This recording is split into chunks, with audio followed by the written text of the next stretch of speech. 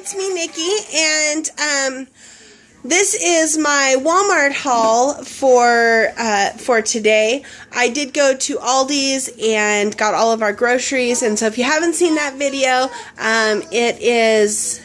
it will be linked below.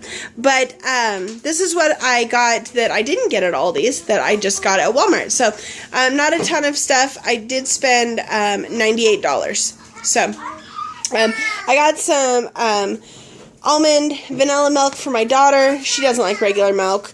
And I got some queso. Those are the only two food items that I got that I didn't get at Aldi's.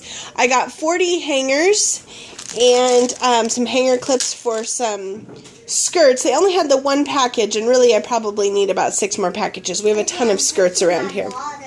And then I got a box of wipes. I always get these same ones because I really like the smell, and it's the cucumber and green tea.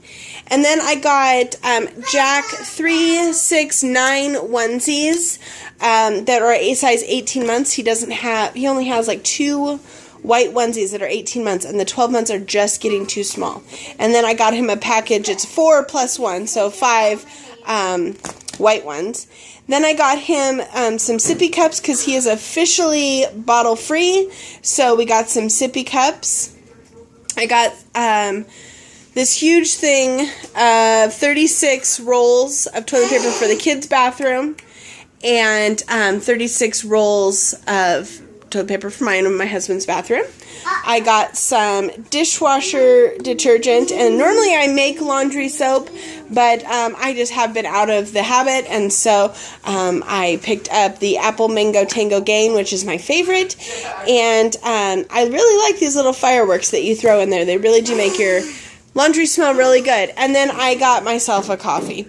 So this is what I got, and like I said, if you want to see what else we got for the rest of the week, it's linked down below.